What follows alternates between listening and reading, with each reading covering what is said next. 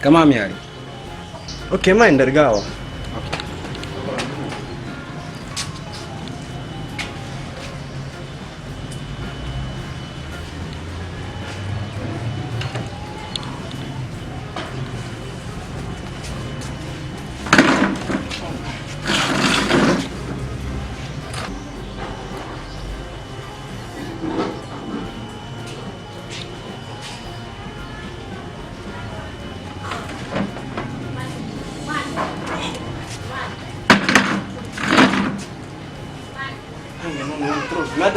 Non, c'est bon, c'est bon. Non, c'est bon. Non, c'est bon. C'est bon? C'est bon, ouais. Ok, au fait, on attend. Minero no petit wango kamaga. Le petit teint clair là. Voilà. Mingi minonga quoi. Unsu ko fi unda water len quoi. Fi ko minno ga ko pay kunkum. Ko fi programme goto. Andi nini il faut ko shukabe. Na fi on dino waka do kaftano e madum. Mais nini il faut ko shukabe quoi. Bitanyi ni e wawa e famondir resi e yewti mais si yewta ka famondir taki mingo nini ko mari ko mi halani ko fu jiwo mo anduda on film be ngango fet mi fala ya wadu fi Allah ne la wolna na gondu mi wadanti fi ya selu mo du hara en gaccia en dum ngaki fi ya selu mo acci damen bay ko be ngwa ko woni ko mi fala e juude ma wadira non fi sabu biro ma wadira sabu bandirabe mabe wadira sabu fi Allah ne la c'est la be ngwa quoi fi Allah wona na ko wadante mo wadante ne kan fi dito bo no ne no menda bulla tun ko da bata ko nyalla bon haray grand mina ni ko halla ko mi fami kadi fiu mais on dirait à hawju quoi argul quoi parce que adwa no taw tefu gol lando da ham fama kon dum wondi langi be mo si ara directement ara ko an ce qui kawti an do ce qui ara halna la sifani piji hambe na sifani piji dandi gine njon ko hali ko min e be nguma ko simple amitié wondi men tu devrais demander d'abord mais ara ko an ni tout donc ko yawre non petit aki ake non ka diara yawgol ma mais ko yawre non grand voilà c'est que ça on a détail mais arno dabbirgol ma quoi c'est juste un mot mi halama mi inni bengwa que ça soit ko amitié woni hakunde mo que ça soit ko copinage woni hakunde mo ko mi fala ya wona ko mi wadante selam mi ko nder no mi fala ya jabolan quoi donc dana tanan détail ma go ngo wigol kanko ari kama on weldu ceci cela donc mi fala quoi c'est le mot ne mon petit attends grand si je comprends bien grand John a fala la menace gol hein mi wata ma menace de ko pacifiquement mi ari kama c'est que je vais yewtu gol non grand non sagano anana jaba fama wutura kadi ko mi yewtu ko sa jab non alandi ke be nguma mo salamin hala ni modum kono mar attends kono mar da droit wala ngol na min de min ala ko jonata la mi satisfaise la nga fami ka min ko amitié wondi men sa fama lu non ka de afama ta parce que min ko min ma ko amitié wondi men c'est quoi non ni ma ko mi wondi men ko awata mo ide kanko mo sala yon konton do wonda la jaborde ne non grand toujours mi ron ko e réponse question mo mi pose ma parce que si je mo mahalande na wonda yewtugo awa grand ini ma hanam piu ngotu ma didoy wona ko dum wadante sela bingwa awa réponse mo pose da don question ay tata non yow ti da dengu no moi je n'ai rien à foutre avec ça est-ce que puis encore lui mo ya ka quoi mo tinna petit te yaw la ndey yewtu dala sa fara men acci ni ko yow tengu inyo imo mi ina mo ya kwa mo me ma ina mi ma gra mo ya kwa ngata ari ata la de sport bon nani la non har ko yow tere fi au moment don petit tu vas le payer cher et après nantama non problème là non pas anda ko moni den yal ko ngira nini ko fala c'est bon grand mais il a la fala on mais tu vas le payer cher c'est promis quand même dak bombo klap jonar do umano ay reta la mi tal ko mo dar do yin gol quoi hein c'est de la merde quoi mais je vais comme vous demandez moi alors la vie moi je suis un homme choqué quoi famika et puis encore ça quoi alors je vais poursuivre ta femme job kay mo ngi yakay mais pour pas la femme là bon c'est de la merde.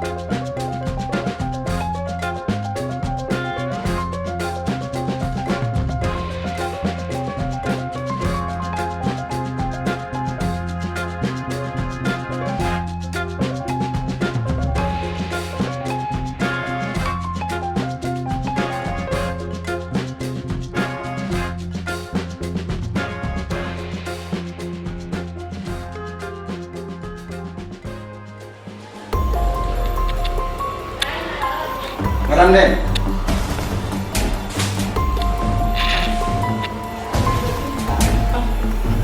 Kau ada bawah kan? Madame Den.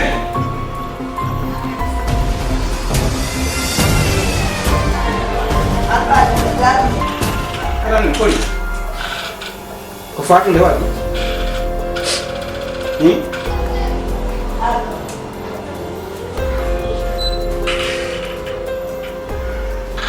Madame Den. Madame Den, kau faham lagi? Budak. Kau mau main?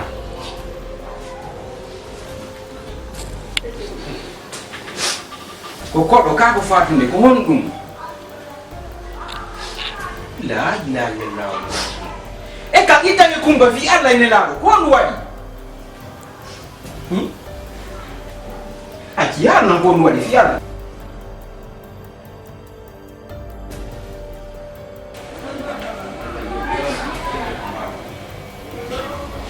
Madame Den. Aku fiar tanya dan diri. Kau faham ni kau pun fiar lah orang pun. No vale zida fesa ni fusu bi famali.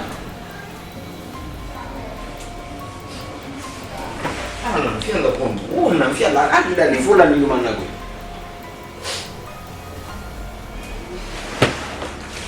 Kau kau mai. Kau mau mai. Kau na fiar lah ni lagi video biar ni. Allah Madame Den. Ila ayo ni kau ni. Kau nak buat fiar lah kau mau begini. Kau bawa mamai.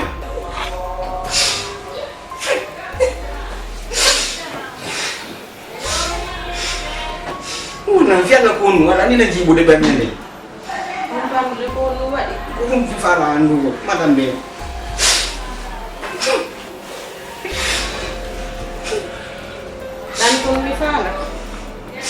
na ulu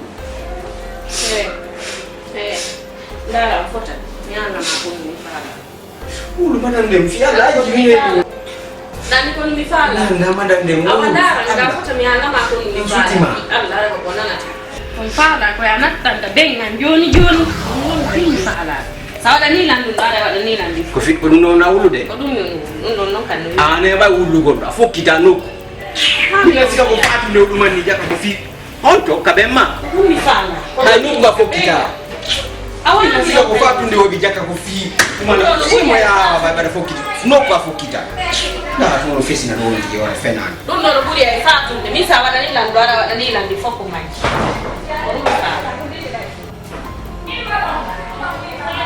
Fino, ayo kwa fokita. Ame non kaya wale. Amila nila metu ni ngoja mbusu. Masisa bo. Yo na za haja ni wale tu ya mawili. Na utaona kagara. Sabu ile telefono. Ino da gore ya mwa. Na bi baga ma. Ya yon ka ba mi. Una ko. Siguro no wada time do wadali si agaje.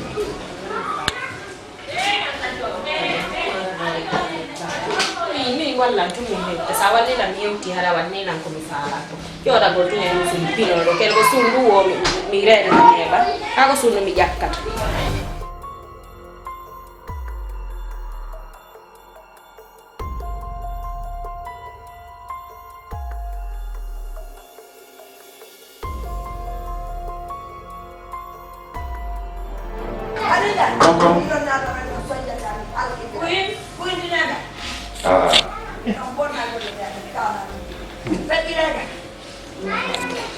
Iya ras. Kon boy.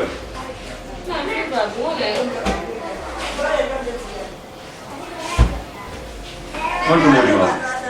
beno dugo so fer bemo Nemo atala no dude ni aru mo fara la yide. Ai na in. Ko wa ta no ko man na. Wala do ka kon. kameno dio Kon ni ma. O kam ko no dira. Baba, assalamualaikum. Waalaikumsalam. Ya. Jam, kon boy. Baba no na hala. Mi utu golle. Mimi wayno. Fusala hakuna mingi o. Mi hani ntamu mobi ngalbali zwa jodi ni jodi. Umu jodi ka sambu mo fesa. Mi ndo mifiki ko fatu ndi ko ngafami to. Astaghfirullah. Milandi o fila mfala angle ko hon ngoro kila halande ha final maso ngene ni do o woli le wore karango ini nan kanko o fala hoto Abida wa fala hoto de onjo. Baba ngi hinu mo do kanko wila no fala hoto min no joni bay mi tay mi wata zere dum do ga fita wona nan problème kan der galle ga mi tay mi noddo faabo dolla men famo njira o la ko fi hore mon dum fala hoto ko dum no mi fala andu de min yo Ni rafi. ko dum do Kon to mata ka ya. Tu fo kutuda. babi ni hay ko ni yo do ko nandi na ba mi wo la lu fio babi Mimi na mjeti valizo ngala mano ko mi dapita ndoto Kander badis. ndio wala no maji ko lungo no Pia no beta ilo valizo besiku le kamifala Anani wa halali. minani baba Kwa. Min hida andi. Sari ya dinga. Mihala ni mana mihala na manomba ba. Dan suku de ha gonga si oli. Inu na ndo ya hayo no. babe no andi mi won tar mbena ni ko wattu de Ayo, parce que ay harlan adoris sentir o wano tono do ni bebi na no hango dana no kubo ya ili na si o ili do so inde man fokiti ta do dum accu o ya mi ko ma fitala ko sini me mo ngoy fekya ta anodda fi dum tonna min ko adata na ko so yindi lagi mo wela ala bu jonde ko nyam min no dunga dara mo mo fokiti accu o ya si ayahi atawela no Babe ko valise wanga be siku de mfala si la fala hala kusundu onda déplacer le yada mo ko inno ma si ayati ga modi ma do da baga yara la kila ta sunde min mi okki ka bi jata ka si mi okki ma mi okki la ni duti mai ila andi ga hara min mi okki na fi ho hara ni usme wati ko ni hali ga ma no e hino mo problema ni ga ma si okki video ra pe ko yara na ka no ngara ga ko ska per afani problema hi wa salam mi hara ni mi mi weti ki la wa nyala ya na baba anga ya na wada ide baba da ide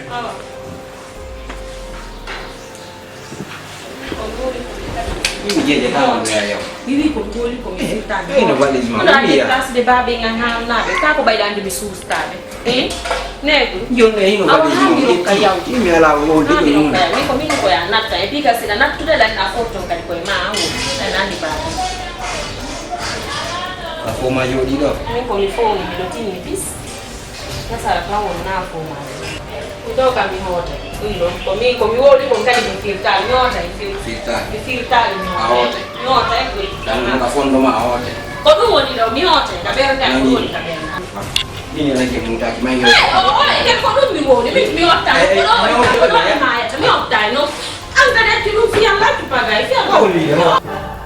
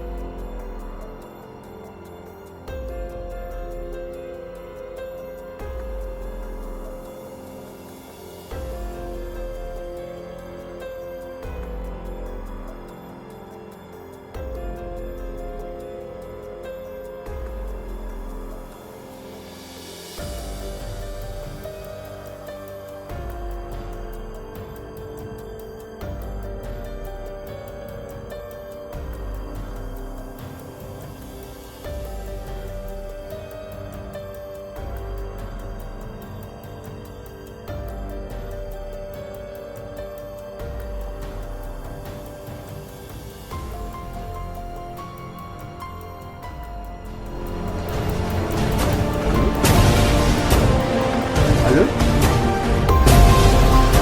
Oui. Ça va, oui. Nan na lungu numéro de com.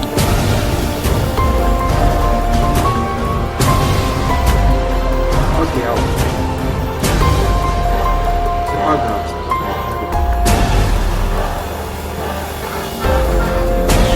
Mais como fa dira dai?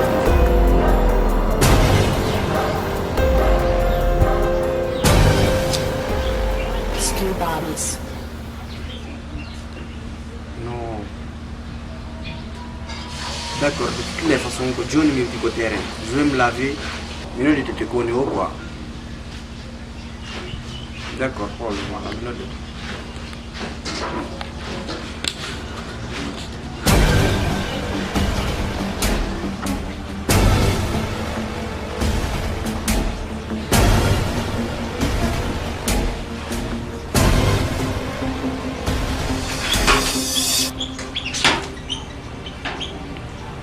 Skill bodies.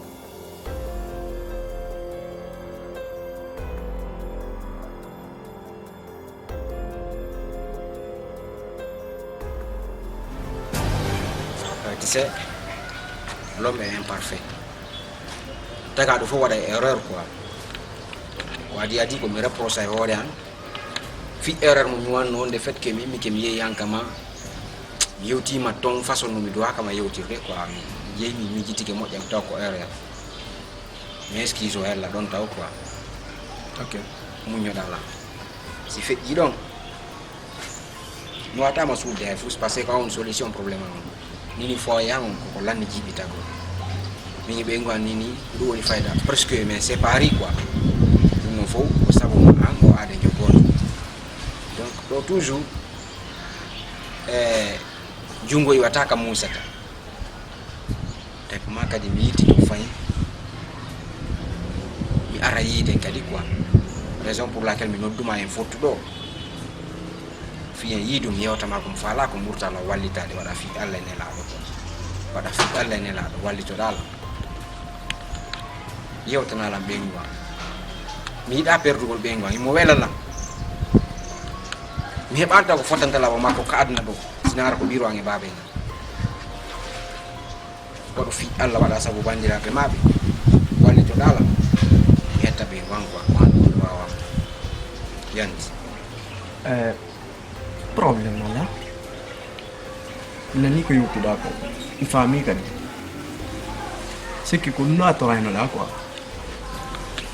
c'est que ça ina nyanda de place qui ari ko sudu ni variément c'est pas parce que ara go no no la ni mais go no no même bien sûr j'ai le droit de le faire parce que da dono to atagol etagol han anda harna go ala mama ko nan ni tun quoi afami parce que me ben ko du n'importe quoi be di go lanni be nay direct yaldi day won a famille donc mi famille ko hala ko min kadi ko hala ko welila manir no halirda no neddo be no yidi halirane de doy sa halirani goddo doy on faamu diray mais sa haliri gere no ton hay sit mo yeno mo ya fa a famille donc min kadi il prometi ma pion goto parce que ko dewgal wondi o a famille avant tout kadi ko avenir ma kom urani lang konko woni wadde dim piji do hay si me de wadde piji gono ton ko avenir ma kom urani lang quoi mi yawten mi wa mo yewtu do salanola burte mo yewtu go mi wajo min nali dey o changer mais lang andi quand même si mi yewti mo no gaso jabana la ok c'est que kadi grand mi wajo ko no pi ngotu c'est que ko ma wadu de benguma c'est que amara na motan c'est que neddo kala no doa jonnutu de bengumu doa mako andi an kadi tigi ko dum ka donc da doa jettande benguma tan golle ma de hay sino dudi ay c'est réserve ay ko jour jego ara fijiramo joka debbo kadi no hedi dum e modi mu wonta ko mu donc mi wajotoma eto e bana benguma tan ça va dire non minal deo sanjay mais na hore mo pour nous tout dire dans l'ando problème là je vais gérer donc la marre le programme moi je vais te laisser comme ça ko haldu den ko bonata c'est que nyala de seda non grand ko en bonata nyande mi wono kama pour la première fois mi wu kama un de la money quoi mais hande un certain nombre de ko non aduna ko non quoi bon grand joni merci vraiment merci beaucoup ok merci ouais.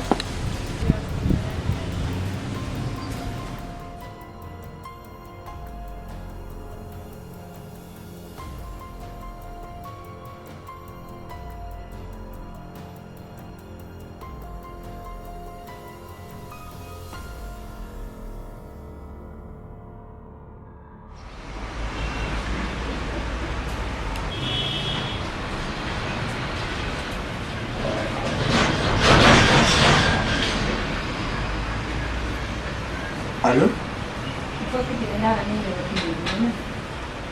Allô? Oui, c'est comment, ça va? Anton Darasi? Enfin, là, il y a quoi que sous urgent. Saya bitang hai suku kiki da daya. Enfin, là, il y a quoi? D'accord, et quand tu m'as bilang ko sudu ga. Ok, à tout à l'heure.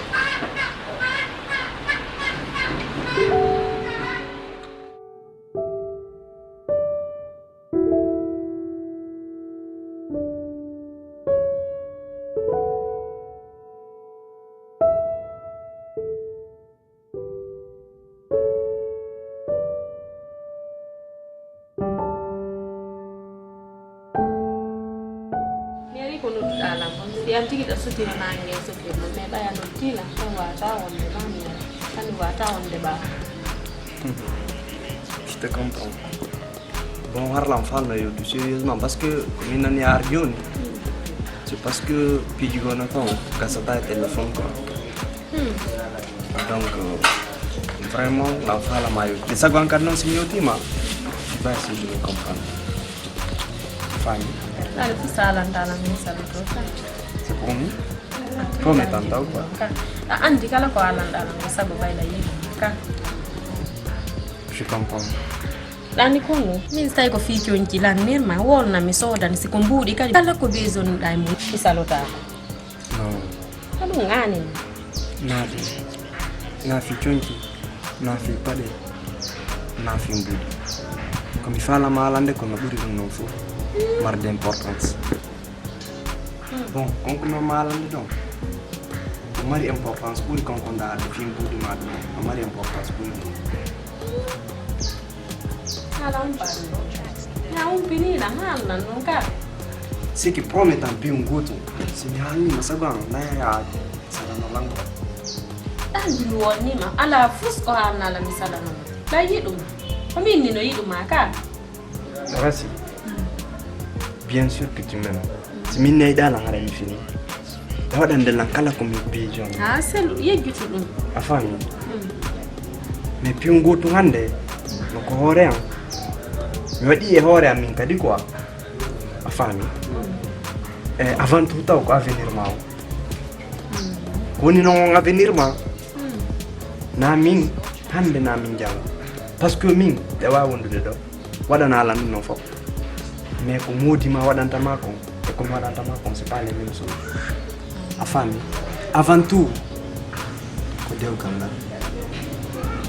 Afami.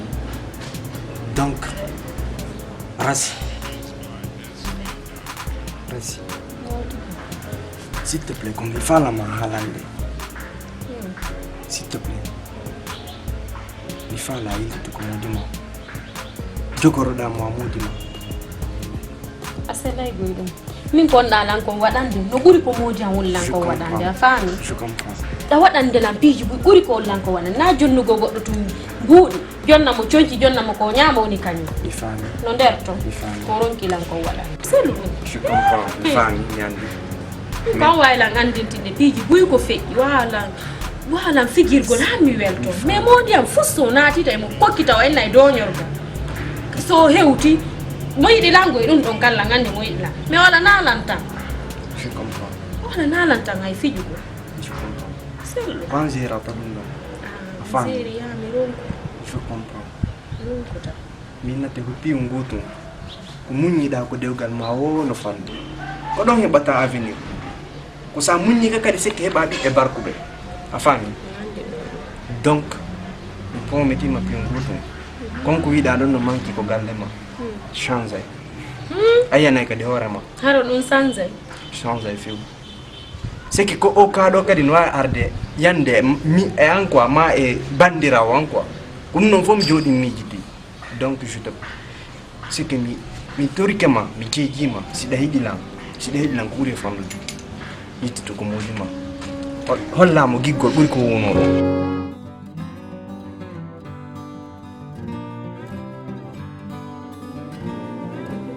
Purchase your tracks today. be mo be do bombe be on nande soromo kere ay simi anda be ron nande soromo la mi photo ma mais no mi photo ma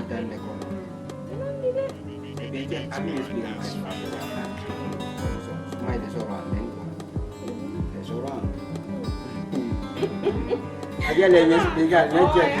no janna No, no giruma, goli ko min jalda parce que goli ma jalda. oh ina ngesikana la mindi do jalde kay ado janna la wona no ngesikana la Purchase your tracks today.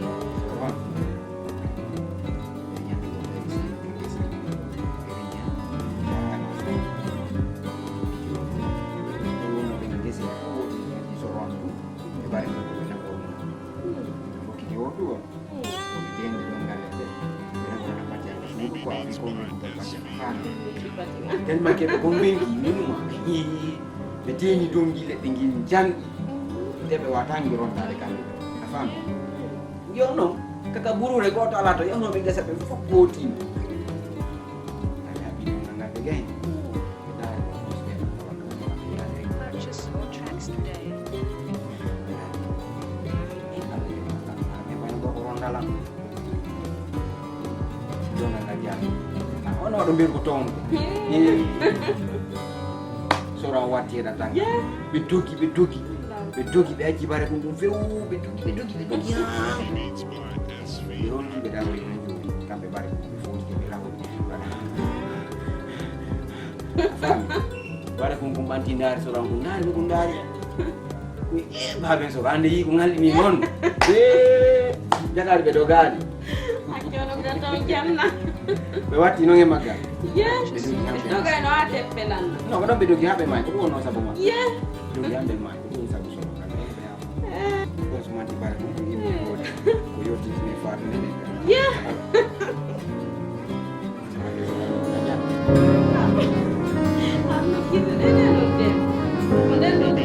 Beats by SV.